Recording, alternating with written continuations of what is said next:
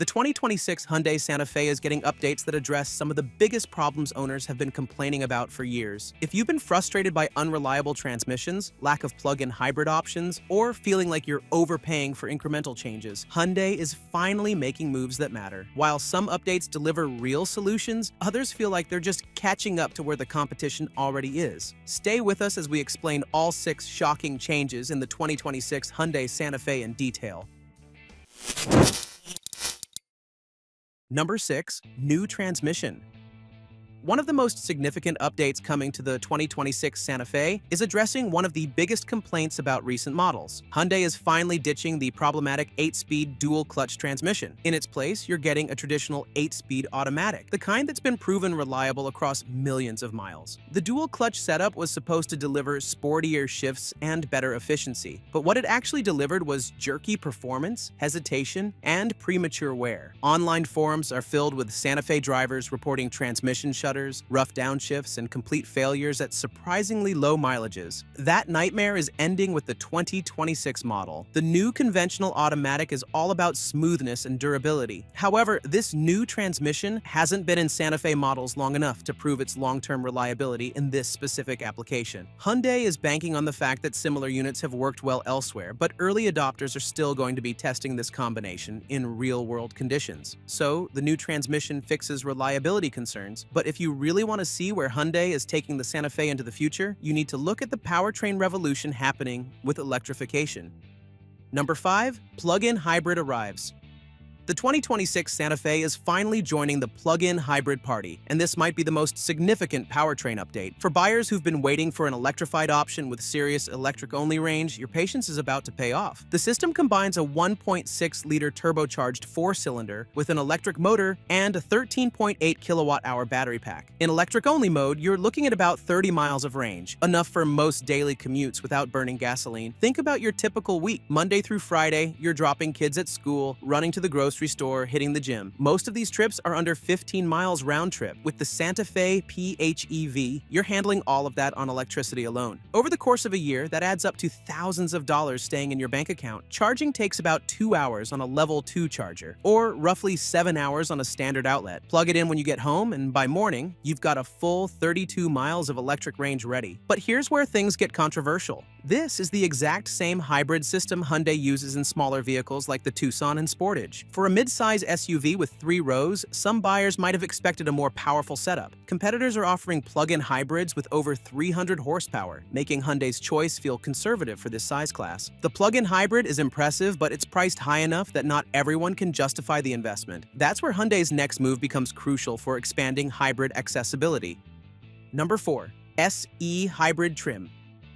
Hyundai is expanding the Santa Fe hybrid lineup with a new entry-level trim, and this move is going to make hybrid technology accessible to a much wider range of buyers. The SE Hybrid is going to start at around $37,500, positioning it just a few thousand above the base gas-only model. For that modest premium, you're getting the hybrid powertrain that delivers 10 to 12 miles per gallon better fuel economy. You're still getting an 8-inch touchscreen with wireless Apple CarPlay and Android Auto, LED headlights, and Hyundai's SmartSense safety suite. Dual-zone climate control and a power driver's seat add convenience at this price point. However, let's address the elephant in the room. While the SE Hybrid makes the technology more approachable from a pricing standpoint, it doesn't add any meaningful innovation that wasn't already available in higher trims. This is essentially a packaging exercise, taking existing technology and offering it at a lower price point. So, Hyundai is widening the hybrid lineup, but what about buyers who aren't ready to make the electrified jump yet? That's where the traditional powertrains come into play.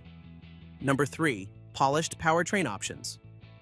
Beyond the plug-in hybrid, the 2026 Santa Fe continues with 2 familiar power plants. These aren't new engines, and the power figures haven't changed. So why should you care? Because another year of production means another year of refinement, another year of identifying and fixing potential issues. The hybrid delivers approximately 33 miles per gallon combined. Here's where that matters. You're loading up the Santa Fe for a weekend camping trip, 3 hours from home. With the base engine, you're stopping for gas on the way there and probably again on the way back. With the hybrid, that same trip happens on a single tank. But here's the controversial part. The numbers haven't moved, they're not giving buyers more power, more torque, or significantly better efficiency. Competitors are introducing updated powertrains with measurable improvements, and the Santa Fe is essentially standing still in terms of raw capability. The powertrains are solid but unchanged, which raises an important question. Where is Hyundai actually investing to make the 2026 model safer than what came before?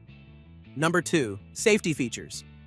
Hyundai is expanding standard safety equipment across the 2026 Santa Fe lineup. The SmartSense safety suite is getting broader distribution, with features that were previously optional now coming standard. Every 2026 Santa Fe includes forward collision avoidance assist with pedestrian and cyclist detection. Lane keeping assist and lane following assist are also standard, helping you maintain proper positioning on the highway. Blind spot collision avoidance assist is now standard. You know that moment of uncertainty when you're changing lanes on a busy highway? Your mirrors show nothing, but you're not quite sure if there's a vehicle hiding in your blind spot. That split-second hesitation is gone. It warns you when a vehicle is in your blind spot and can apply corrective steering to help you avoid a collision. Higher trims get highway driving assist that combines adaptive cruise control with lane centering. Remote smart parking assist lets you move the Santa Fe in and out of tight parking spaces using the key fob. However, we need to be realistic about what these updates represent. Many of these features have been available on rival SUVs for the past couple of years. Hyundai is essentially catching up to where competitors already were,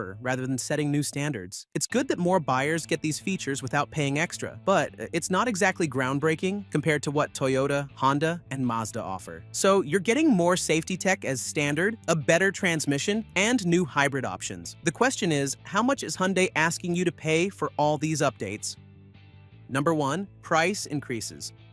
The 2026 Hyundai Santa Fe is getting more expensive, and depending on who you ask, that's either justified or disappointing. Base models start at approximately $35,800, representing an increase of around $1,200 compared to the previous model. The Santa Fe Hybrid SE starts at roughly $37,500, while the plug-in hybrid starts around $45,900. Hyundai's argument centers on the updates we've discussed: the new transmission, expanded safety equipment, and the plug-in hybrid option. The new conventional automatic addresses one of the most significant reliability concerns, and that peace of mind has a real value. The plug-in hybrid offers operating costs that can offset the higher purchase price. Let's do the math. You're driving 15,000 miles per year, and half is covered by electric range. You're spending roughly $600 yearly on charging and about $1,000 on gasoline. Compare that to running the base gas engine for the full 15,000 miles, which would cost approximately $2,400 in fuel. You're saving nearly $800 annually, meaning the PHEV's price premium could pay for itself in roughly 4 years. But here's where the controversy comes in. When you look at what's actually changed, the updates feel more incremental than revolutionary. The powertrain options, aside from the PHEV, are unchanged in power and efficiency. The styling hasn't been significantly refreshed. For some buyers, a $1,200 increase for a new transmission and standard safety tech feels reasonable. For others, it feels like Hyundai is charging more for changes that should have been running improvements. The dual-clutch transmission was Hyundai's mistake. Fixing it is correcting an error, not delivering an upgrade. The Santa Fe still offers competitive value, especially with Hyundai's 10-year, 100,000-mile powertrain warranty. But the price increases are happening at a time when buyers are already stretched thin financially. So what's the verdict? Hyundai is fixing real problems with the new transmission and offering a plug-in hybrid that buyers have been requesting, but most of these changes are addressing mistakes or catching up to competitors rather than pushing the segment forward. The price increases feel justified if you specifically want plug-in hybrid capability. For everyone else, the 2026 updates might not be compelling enough to choose this over the previous model at a discount.